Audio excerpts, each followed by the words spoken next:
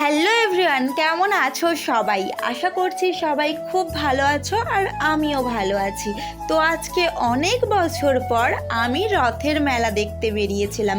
Last কোন বছর রথের মেলা দেখেছি মনেও পড়ছে না।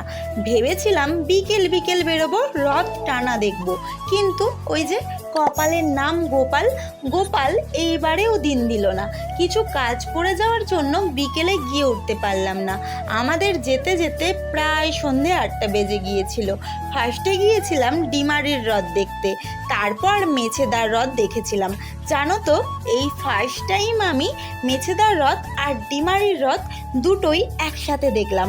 সত্যি বলতে আমি আমাদের বাজারের ছোট রথ দেখেই বড় হয়েছি, সেইভাবে রথে কখনো বেরোনো হয়নি।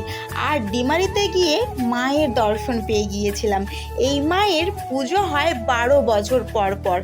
তারপর মাকে প্রণাম করলাম, দেখে তো মনটা আরও খুশি হয়ে গিয়েছিল। তো তারপর মাকে প্রণাম করে বেরিয়ে পড়লাম মেছেদায়।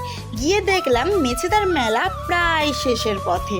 তারপর রথ দর্শন করে চলে গেলাম ফুচকা খেতে। তারপর ফুচকা দোকানের পাশেই ছিল মকটেল দোকান, তো আর কি চলে গেলাম মকটেল খেতে। আর এই মকটেলটা তো আমার চুম্বেশ্বরী লেগেছিল, দারুণ লেগেছিল এটা আমার। তারপর ওখান থেকে চলে গেলাম শের বেঙ্গল হোটেলে।